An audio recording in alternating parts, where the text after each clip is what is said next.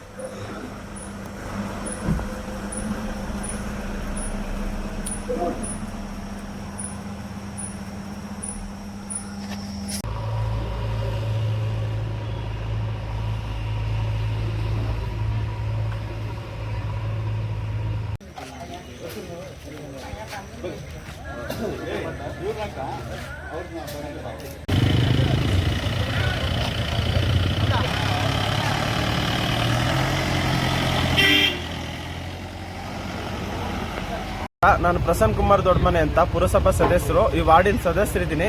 ಈ ಹಿಂದೆ ಒಂದು ತಿಂಗಳ ಹಿಂದೆ ಆಕಳನ್ನ ಕದ್ದು ಹಾಕೊಂಡಿರ್ತಕ್ಕಂಥ ಒಂದು ಪ್ರಕರಣವನ್ನು ಪೊಲೀಸ್ ಇಲಾಖೆಗೆ ದಾಖಲೆ ಆಗಿತ್ತು.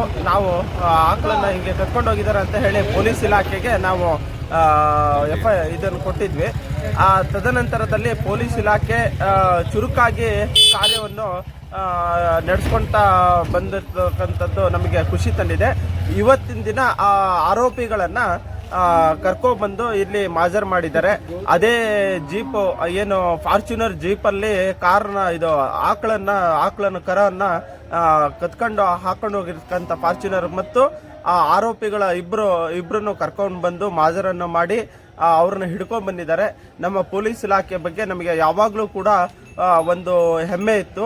ಆದರೆ ಇದು ಇವಾಗ ಪ್ರೂವ್ ಆಗಿದೆ. ಸೊರಬ ಪುರಸಭೆ ವ್ಯಾಪ್ತಿಯ ಎಲ್ಲ ನಾಗರಿಕರು ಕೂಡ ಪೊಲೀಸ್ ಇಲಾಖೆಗೆ ತುಂಬ ಹೃದಯದ ಧನ್ಯವಾದಗಳನ್ನು ಹೇಳಕ್ಕೆ ಇಷ್ಟಪಡ್ತೀನಿ. ನಮಸ್ಕಾರ.